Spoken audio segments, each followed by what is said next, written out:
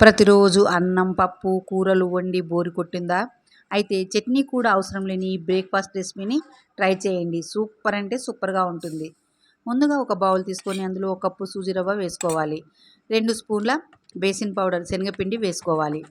తర్వాత ఒక cup water వేసి బాగా కలుపుకోవాలి. మూత పెట్టి 10 నిమిషాలు రెస్ట్ ఇవ్వాలి. చూద్దాము.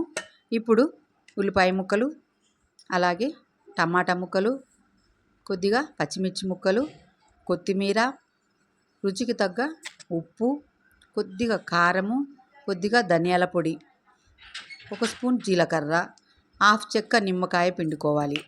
అంతా కూడా బాగా కలుపుకోవాలి. ఇవన్నీ మీ టేస్ట్ తగ్గట్టు తీసుకోండి. తర్వాత ప్యాన్లో ఆయిల్ వేసుకోవాలి.